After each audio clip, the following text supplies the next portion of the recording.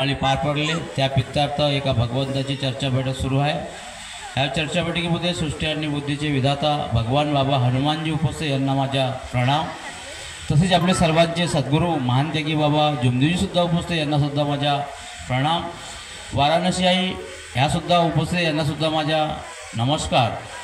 तसेच परमपूज्य परमात्मा एक सेवक मंडळाचे माजी सचिव आजच्या संचालक आणि आजच्या चर्चा बैठकीचे अध्यक्ष श्री विठ्ठलजी क्षीरसागर साहेब उपस्थित यांना सुद्धा माझा नमस्कार। तसेच परमपूज्य परमात्मा एक सेवक मंडळाचे मार्गदर्शक श्री राऊत गुरुजी उपस्थित यांना सुद्धा माझा नमस्कार। तसेच परमपूज्य परमात्मा एक सेवक मंडळाचे मार्गदर्शक आणि या परिसरातले मार्गदर्शक शंकरदादा हेळाऊ हे सुद्धा उपस्थित यांना सुद्धा माझा नमस्कार। तसेच परमपूज्य परमात्मा एक सेवक मंडळाचे मार्गदर्शक कीर्तिवान दादा जिपकाटे उपस्थित यांना सुद्धा माझा नमस्कार। तसेच परमपूज्य परमात्मा एक सेवक मंडळाचे मार्गदर्शक भाजीपाल दादा हे सुद्धा उपस्थित यांना सुद्धा माझा नमस्कार। तसेच परमपूज्य परमात्मा एक सेवक मंडळाचे कार्यकर्ता गण सेवक सेवकिनी बाळगोपाळ सर्वांना माझा नमस्कार। वेळ झालेला आहे, मी जास्त बोलणार नाही, कारण की हा घरमालकाचा मला फोन आला होता आणि माझ्या मुखातून शब्द निघाला होता का ठीक आहे दादा मी येईन, कारण की शंकरदादांना मला 4दा फोन केल्याच्या अगोदर जे 90 हवणे झाले मी 4ही ठिकाणी आलो नाही।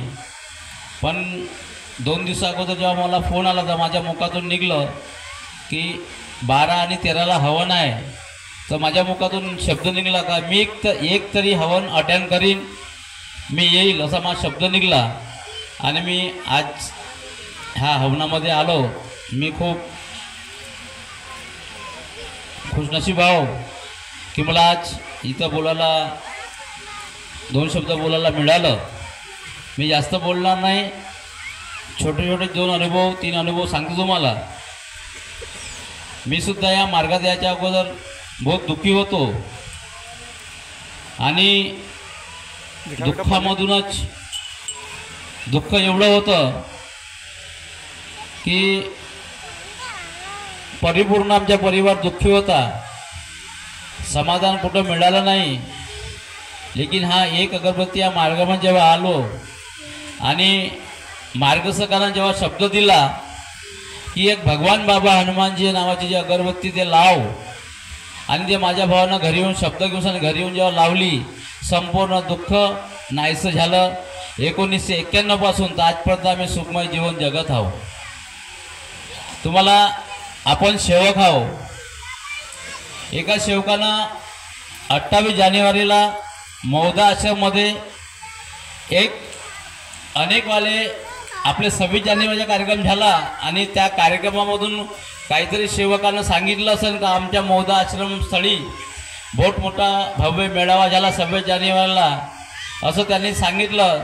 त्या अनेकवाल्यांना ऐकलं आणि तो 28 तारखेला तो सेवक म्हणजे अनेकवाला त्या मौदा आश्रमस्थळी आला, तर त्याचा मुलगा चालू शकत नव्हता आणि बसूसुद्धा शकत नव्हता। तो त्याला पकडून सांगितलं तर मौदा आश्रमस्थळी आणलं, आपल्या छोट्याशा मानव मंदिरामध्ये कुटीमध्ये त्याला नेलं। तिथं नेल्यानंतर त्याला एक सेवक मिळाला। त्या सेवकानं त्या व्यक्तीने त्या सेवकाला म्हटलं की माझा मुलगा चालू शकत नाही आणि बसूसुद्धा शकत नाही, ते मला काय करावं लागेल। तर सेवकाच्या मुखातून शब्द निघाला की तिथून तो गिलास आहे आणि पाणी आहे आणि तीर्थ बनवून सांनी तू त्याला पेवायला देऊन दे, फक्त भगवान बाबा हनुमानजी नाव घे।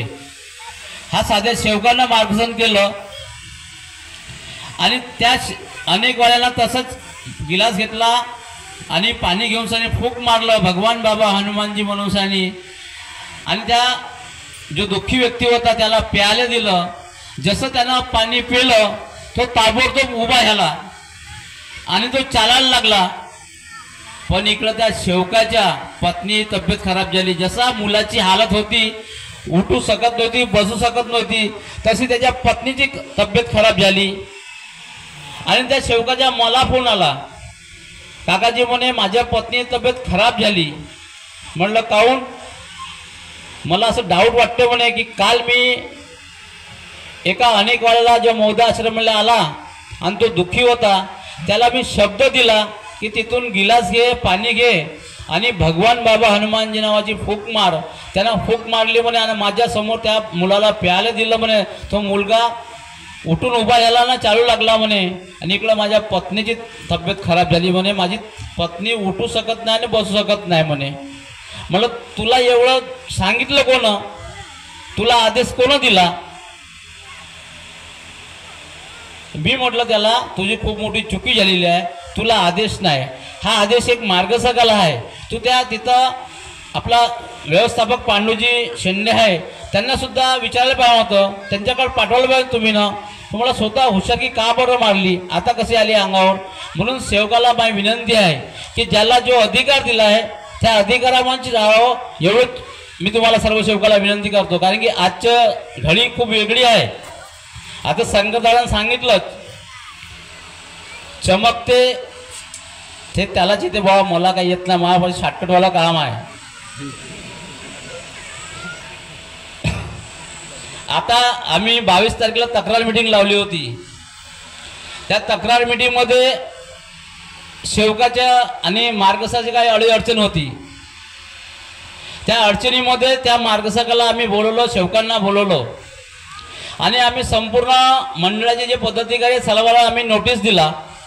काही पदाधिकारी आले नाही. आम्ही 4 लोक तिथं भवनामध्ये गेलो, मीटिंग लावली आणि चर्चा सुरू होती. फक्त 15 ते 20 मिनिटं झाले होते.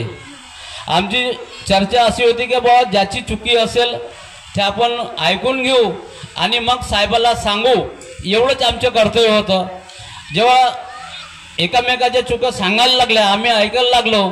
त्या मार्गदर्शकाला वाटलं का माझ्यावर तर 21 चुका आहे, 21-22 तर मीच फसतो. त्याने काय केलं, जाऊन साहेब कंप्लेंट देऊन दिली आमच्या 4 लोक. आणि आता याच्यामध्ये तो नितीन दादा कोपरे बी सुद्धा आहे, याच्यावर नंबर त्याच्या लागलेला आहे. आणि त्यानं आमच्या नावाची रिपोर्ट दिली. आता कसं म्हणावं, असे आम्ही मार्गदर्शक, असे आम्ही सेवक आहोत. अरे आपण मानव धर्माचे सेवक, आपल्याला शिकवण काय आहे? सत्य असत्य ओळखा, त्यानंतर तुम्ही समोरचे कार्य करा. आपण कार्य करत असताना आपण मार्गदर्शकाच्या किंवा अनेक वाल्याच्या आपण याच्यामध्ये जातो आणि आपण वेगळंच करून टाकतो. दुःखाले पात्र अगर झाले तुम्ही तर खूप वेगळं होणार आहे. नाही तेवढं नको, जाऊ द्या, ते आता थोडं कमी आहे. दुसरा एक अनुभव तुम्हाला सांगतो. 4 दिवसा अगोदर सर्वांच्या घरी, कोणाकोणा घरी बादामी झाड आहे, थोडं हात वरत करा चांगलं होईल.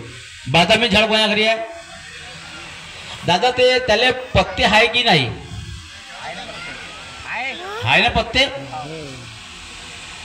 इथला तुमच्या दिलीप दादा चापेकर त्याने 2 वर्ष अगोदर मला 10 फुटाचं झाड दिलं होतं लावायला दुकानासमोर. मी ते झाड लावलं. आज 2 ते 2.5 वर्ष झाले. मागील 3 महिन्यापासून झाडाला एक बी पत्ता नव्हता. ते 20 फुटाचं झाड झालं होतं आणि 3 महिन्यापासून एक बी झाडाला पत्ता नव्हता. तर मी बाहेरगावी कार्यक्रमाला जात असतो, माझी काही लक्ष नव्हती. तर मी तेवढा विचार बी केला नाही त्या झाडाला काय झालं म्हणून सानी. तर त्या दिवशी मी दुकानामध्ये बसलो तर माझा मुलगा म्हणायला लागला, कारण की अनेकपणी असताना जाणते लोक झाडावर वार करायचे, झाड वारून टाकायचे. पप्पा म्हणे याले झाडाला वार तर नाही केला म्हणे कोण म्हणे, म्हणून हे झाड पूर्ण वारलं म्हणे, याला पत्तेच नाही मला म्हणे. मी म्हटलं ठीक आहे बाबा, तू एक काम कर म्हणलं, तू तीर्थ बनवून टाकून दे म्हणलं तिथं. त्यानं तीर्थ बनवलं भगवान बाबा हनुमानच्या नावानं.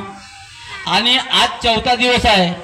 मी म्हटलं त्याला बाबू म्हणलं तुला तीर्थ बनवून टाकलं का? हो पप्पा म्हणे. ते बघ त्याला छोटे छोटे पानं सुरू झाले म्हणे.